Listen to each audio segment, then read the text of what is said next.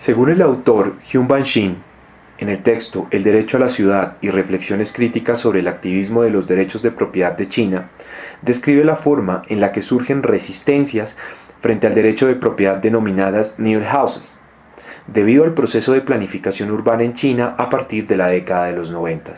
El texto aborda cómo los procesos de desarrollo urbano son apuestas institucionales para modernizar las naciones, pero bajo esta directriz subyacen ciertos descontentos en las poblaciones propietarias como inquilinos migrantes por la forma en la que el gobierno los piensa reubicar y compensar a través del sistema Hukou. ¿Cuáles son las nuevas prácticas y alternativas de gobernanza urbana y regional en periferias urbanas y ciudades grandes e intermedias y sus efectos en trayectorias de desarrollo urbano rural? Shin, dentro de su investigación, se centra en comprender cómo las poblaciones, mediante entrevistas, perciben a estas casas habitadas por personas que se rehúsan a someterse al sistema de compensación por reubicación Hukou. En ese sentido, Shin determina que la forma de gobernanza que caracteriza a las poblaciones donde existen las New Houses entra en conflicto con las autoridades urbanas, pues estas últimas ven a estas casas de resistencia como obstáculos para el desarrollo de China. Sin embargo, esta forma de resistencia urbana es criticada porque solo representa los derechos de los propietarios de las casas. En esa vía, los inquilinos migrantes no tienen opinión por no ser propietarios y los ausenta del sistema de compensación. Desde la lectura de Shin, las formas de gobernanza urbana y regional en las periferias de ciudades grandes e intermedias surgen en primer lugar dentro de los escenarios de resistencia ciudadana frente a los modelos de planificación y desarrollo urbano.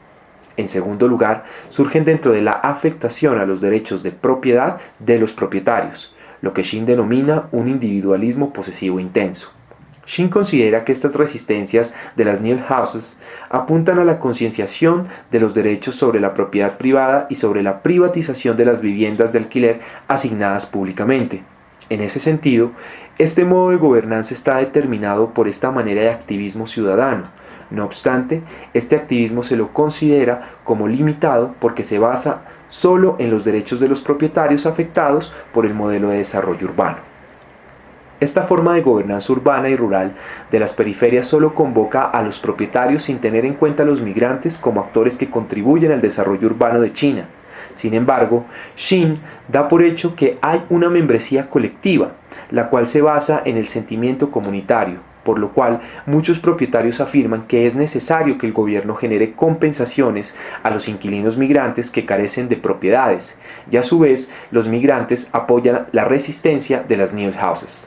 Finalmente, el análisis de Shin contempla una gobernanza que puede consolidar procesos de derecho a la ciudad más allá de una justicia distributiva por los reclamos que surgen contra el Estado y su trato hacia las poblaciones de las aldeas a urbanizar. A partir de este contexto y para entender qué está pasando, nos preguntamos cuáles son las nuevas formas de movilización colectiva en las periferias urbanas que se manifiestan en contra de los diferentes procesos de desposesión, desigualdad y empobrecimiento causados por las dinámicas económicas y los procesos de urbanización.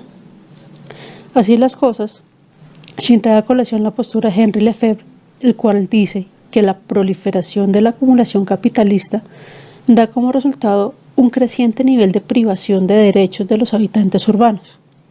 Para revertir el proceso, Lefebvre dice que el derecho a la ciudad implica un enfoque espacial urbano para luchas políticas con la participación de todos los que habitan la ciudad sin ningún tipo de discriminación. Según Mark Purcell, hay dos derechos esenciales que son el derecho a la participación y a la apropiación. Y a su vez, este derecho a la participación exige que los habitantes urbanos desempeñen un papel clave decidiendo la producción del espacio urbano. Por lo tanto, el derecho de apropiación implica confrontaciones con el derecho de acumulación de capital que se centra en la valorización del espacio urbano. Por lo tanto, Shin, en sus reflexiones críticas sobre el activismo de los derechos de propiedad en China, muestra que los residentes hacen uso de su derecho a quedarse, por lo cual ellos resisten de manera persistente al desalojo y la demolición de sus inmuebles. Este es un tipo de activismo de los derechos de propiedad. Por lo tanto, cualquier discusión sobre la identificación de derecho emancipatorio a la ciudad u organización de movimientos corresponde a esa necesidad de reclamar el derecho a la ciudad y convertirse en una lucha que se esfuerza por asegurar acceso no solamente al espacio urbano, sino también al espacio político. A partir de Shin, de la investigación que él hizo, él analiza y determina que las protestas hechas por los propietarios de vivienda para proteger sus derechos legales, afirmando que las leyes que se supone que protegen a los ciudadanos son ineficaces a las estipulaciones hechas y aplicadas por los gobiernos a nivel central y también local, ignorando los intereses de los propietarios de las viviendas.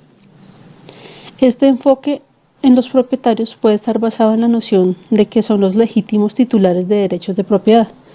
¿Basados en qué? En los títulos, las escrituras, pero no consideran los derechos formales e informales al uso de las casas y de las tierras que muchos migrantes han tenido durante la apropiación del territorio. En su investigación, Shin identifica dos tipos de protestas de viviendas en las grandes ciudades, que incluyen las protestas por los derechos de propiedad y las protestas por los derechos de los residentes. La primera, que es la protesta por los derechos de propiedad, hace referencia a la protesta de los propietarios privados, cuyas propiedades fueron apropiadas por el gobierno municipal de Beijing, mientras que la segunda, que se refiere a las protestas por los derechos de los residentes, hace referencia a los propietarios e inquilinos que compartieron una identidad territorial como residentes urbanos. La resistencia a las protestas en China contemporánea adoptan cada vez más una variedad de formas que van desde las demandas individuales o colectivas hasta modos no legales como peticiones, confrontaciones violentas.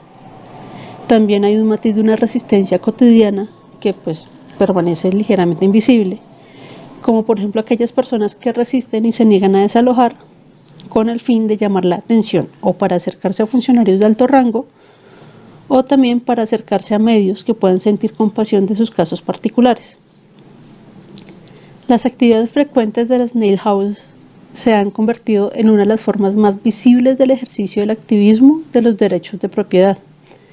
A diferencia de otros modos de resistencia como peticiones, las nail houses han sido negativamente representadas por los gobiernos como un acto de egoísmo y persecución contra los intereses públicos. En la actualidad, el destino de los habitantes urbanos que enfrentan estos desarrollos de nuevos proyectos están fuertemente determinados por los conjuntos de regulaciones existentes y los arreglos institucionales. Si bien existe un énfasis creciente en el establecimiento del Estado de Derecho, las oportunidades para que los ciudadanos presenten sus reclamos legales todavía son muy limitados. Además, los procesos judiciales tienden a funcionar a favor de los gobiernos y los desarrolladores, o sea que pocas personas tienden a tener la voluntad y la intención de recurrir a medidas formales cuando se trata de competir con el Estado.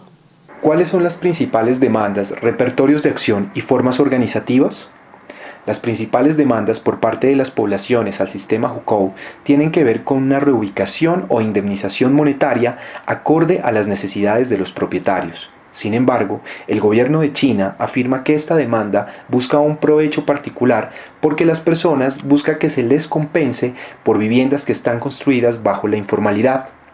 Como segundo punto, la demanda está presente en la población migrante que queda por fuera de las compensaciones del sistema Hukou. Los repertorios de acción están enfocados en no acogerse a los planes de reubicación.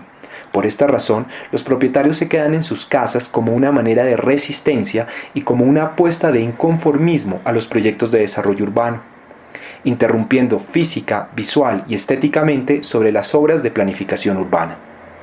En esa vía, la forma organizativa de las nail houses está estructurada por los principios y demandas de los propietarios. Esto quiere decir que las nail houses están directamente relacionadas con los derechos de propiedad. Sin embargo, solo generan una representación de los propietarios, dejando de lado a los migrantes. En esa vía, los habitantes de las nail houses están de acuerdo que el sistema de compensación Hukou también acoja a estas poblaciones. De esta forma, se involucran en esta organización y forma de resistencia.